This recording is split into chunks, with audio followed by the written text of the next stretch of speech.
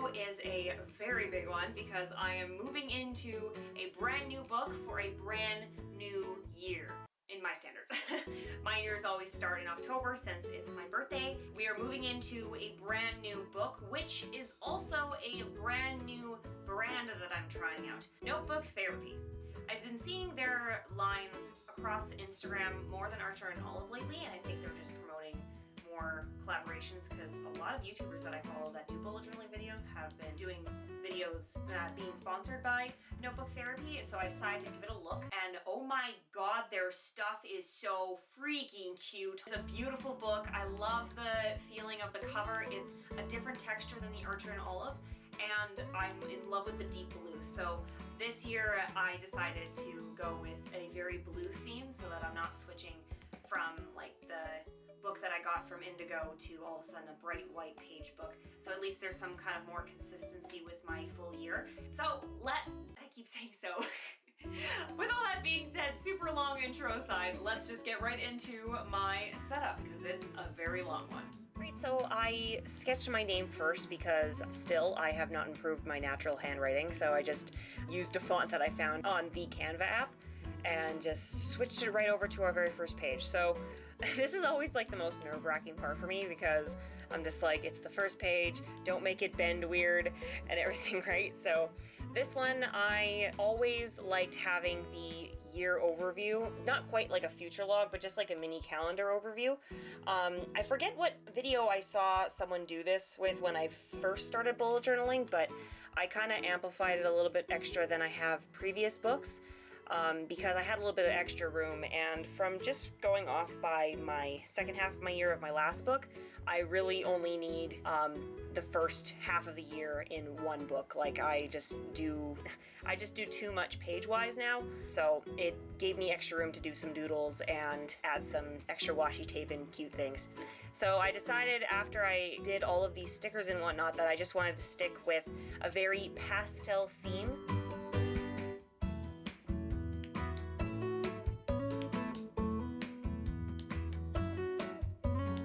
So after I was done that, I switched to my goals, focus, dreams, and affirmations page. This I totally ripped off of Amanda's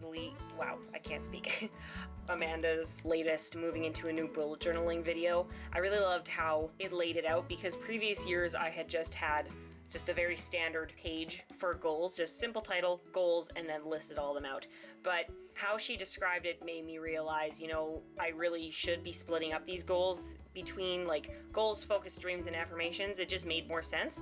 So instead of doing the giant 2020 like she did, I put 27 since I do start my books at the beginning of my birthday. And, well, not the beginning of my birthday, but like the beginning of my birthday month. So I'm like, I'm turning 27, make it so that I know I'm turning 27. Because like on my previous book, I put a little sticker on like the binder of it since they were the same as my very first bullet journal. So then at least this way I could just open it instead of having to have a sticker on the outside of the book. Because with this velvet feeling, I don't think a sticker would even look nice. So I really like how this looked. So moving on to the future log. This I also ripped off from her video. I'm so original. But I liked the simpleness, and her fonts are just so pretty, so I mean, I couldn't help myself. I just loved it. So I made it a little bit more me though, because she likes to use this brown craft paper, and I don't have that color, plus I'm not a huge fan of brown, and with all the scrapbook paper I have in my collection, I was like, well, I'm just going to use my favorite blue from Prima's latest line. I forget off the top of my head what it's called, but I'll leave the link to the line. I actually showed it in my recent scrapbook haul video, so I'll also put a link to that if you're curious. But I did the same thing she did, and I kind of estimated how big each scrap should be. I didn't have too much left of this paper, so I kind of fudged up a little bit and made some of the paper too small. Like on November and February, you can kind of tell that like it's a half rip to just have enough room for the word. And not gonna lie, drawing out this font of these words took way longer than it really should have. but I had fun doing it. It was nice and relaxing when I was actually working on this. But make sure when you're doing a future log, you go super slow with doing the calendar numbers, because if you mess up with the number, you're gonna screw up the rest of your year, and then it's not gonna be functional. It'll just be for aesthetics, and bullet journaling isn't supposed to be for function over aesthetics, realistically. So just be careful. So I just decorated up with some more of my pastel washi tape, added a little bit of a glitter heart, and then that was done. Next page is my index page. So I learned from my last book that I did not need to give myself 2 pages for an index anymore, just because after figuring out a layout for bullet journaling every month that really works for me, I definitely can't have an entire year in one book anymore. It has to be split up in the middle of the year. And realistically, I don't need to know exactly where every page is, because I really just say, okay, what's the beginning of like each month's checklist and any other spreads I might have to do. So I didn't want to have something blank on the other side, so I picked one of my favorite Casey Neistat quotes. Just looked on Pinterest and saw some stylized version of a quote that I liked and just drew that in that font. When I first did it, I was a little apprehensive with how black it looked, but then when I added the rest of the doodles, I think it turned out pretty cool looking. And of course, you can't have a Casey Neistat quote without his signature glasses at the top corner. I think I did those okay, but I mean, when I'm trying to draw them freehand, I'm not very confident in my skills, so I think it looks close enough.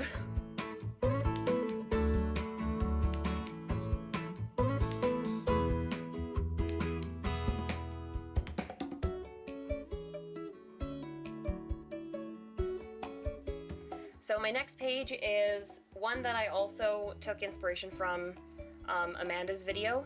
She did like a list, I think it was TV show ideas or something like that, but I liked how she laid out the different categories. So I decided to use that same layout, but for my Belief Factor channel, because there's so many videos still that I have filmed, but just have not even touched with editing, or random ideas that I was like, I have to write down this title, otherwise I'm gonna forget that I eventually want to make this. And they're all in such different categories now, and like that's the thing with my other channel, it's not very too nichey. There's like a bunch of different types of videos that kind of go in the same area, but they're easier to split up into different sections. So that's what I did here. And I wanted to make it still with this blue theme because I'm just obsessed with this blue, and I really wanted to do the whole year being in blue, so it just works with the whole aesthetic that I want to go with.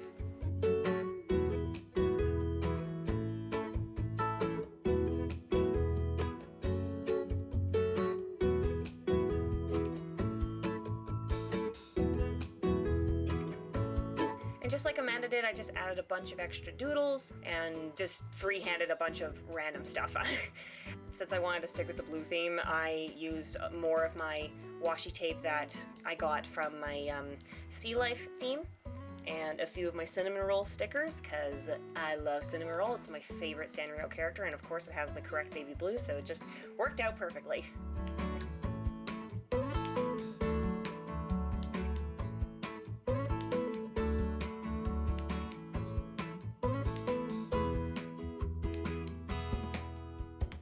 Alright, so flipping to the next page. This next one is another layout that I took from her video. God, I am so unoriginal.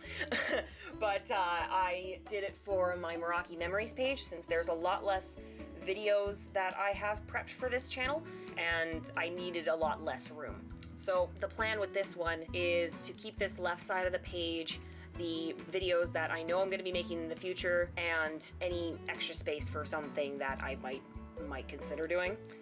And I really only have 3 different types of videos that I have to this channel, so it was a lot easier just to condense to just one page.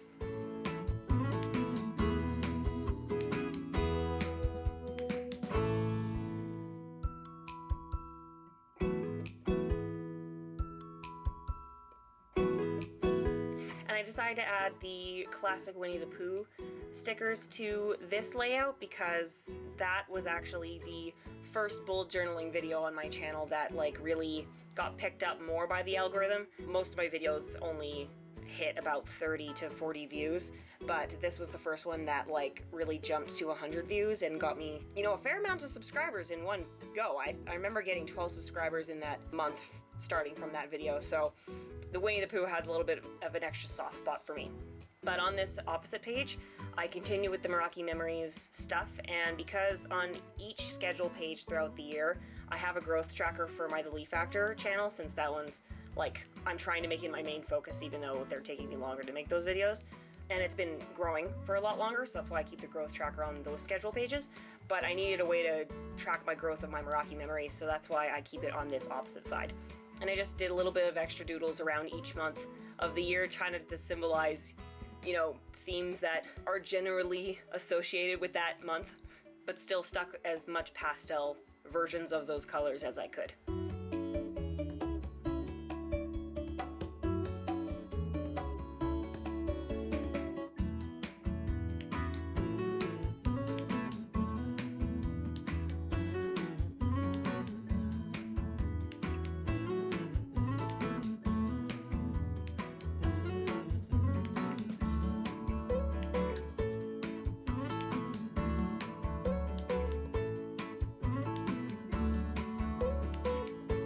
And since I had so much extra space on the bottom, I just decided to add another motivational quote because I'm basic like that.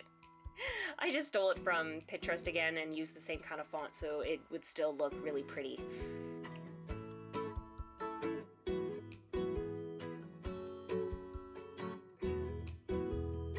Alright, so now with that done, we're gonna move on to the next spread. This one I also took from her video because I was having major brain block and just couldn't think of super original ideas, so I was like, okay, if you like the aesthetic of hers, just use hers, but like have your own little spin on it.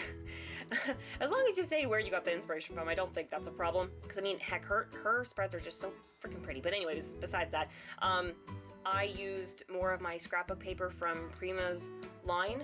I'm pretty sure this paper is still the same line as I used from the other scraps earlier in this book. But I originally thought this border looked really, really pretty for like a half page, but then I eventually changed my mind and went with the opposite side that's more of the marbly, that kind of matches more of the blue marble in the previous pages.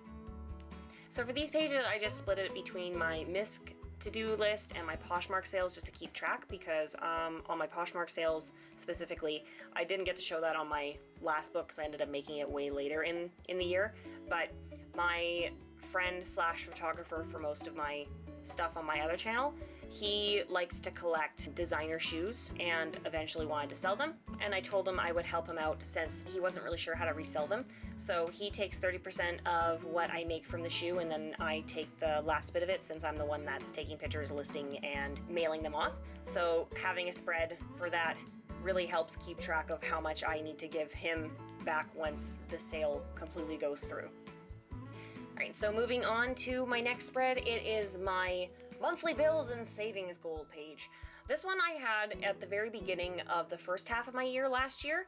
I didn't get to show it in a video just because I didn't film any bullet journaling videos when I did make my initial setup for that year, but I kind of just simplified it from last year's page.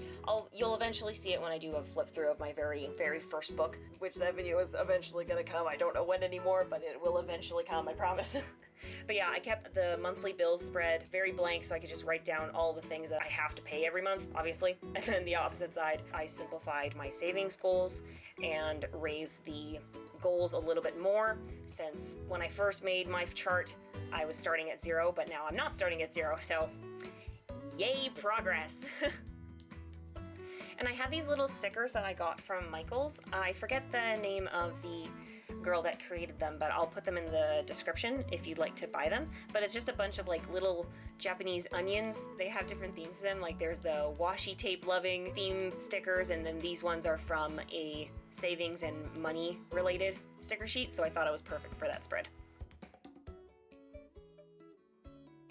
So moving on to one of my last ones. This one I started initially in my very first year just to kind of keep track, because I love the idea of journaling and all that, like, you know, not just bullet journaling obviously, but just like classic journaling, like a diary thing.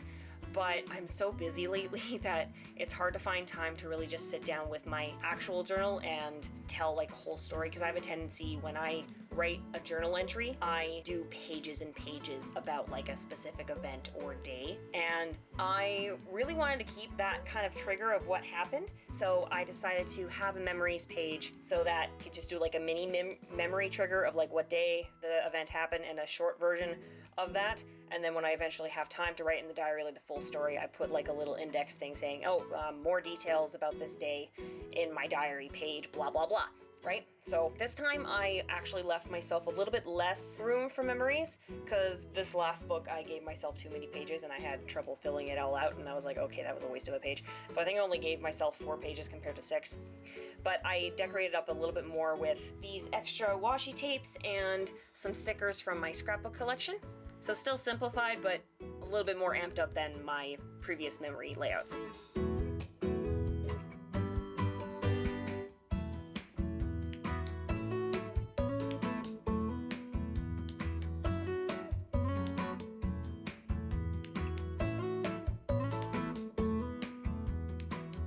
So this last one's more niche-y for me, but I thought I'd leave it in there since the font still looks really pretty. I have to have notes for my job on how to close and how to receive shipment and any miscellaneous stuff I know I'm gonna need to remember off the top of my head, but if I forget, then at least I have a reference to go back on. Yeah, it's just... I know it's not very useful for the typical person, probably didn't need to even put it in this video, but I thought maybe if you guys needed a similar titling for whatever your job is, you can use the font since it is really pretty. Little fast little blibbit.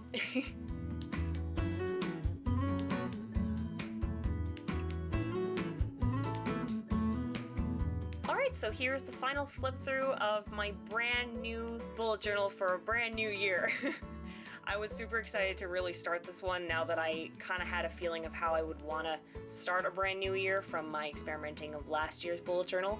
I love how this one turned out. It's much more put together than my last attempt when I was first learning what I really need from the beginning of my books.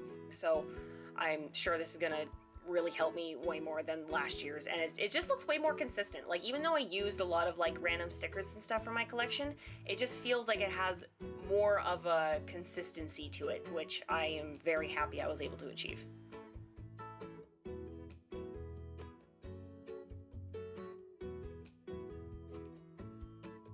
Alright, so I hope you guys enjoyed watching my brand new setup for a brand new year. Hopefully some of these spreads you'll be able to use, even though I know some of these are very, well, niche for what I need them for, like for my job, which obviously you guys can ignore those. But I hope that you got some inspiration from this nonetheless, and I will see you guys for my next video, which will either be a drawing video or my October bullet journal setup. So I'll see you for one of those too.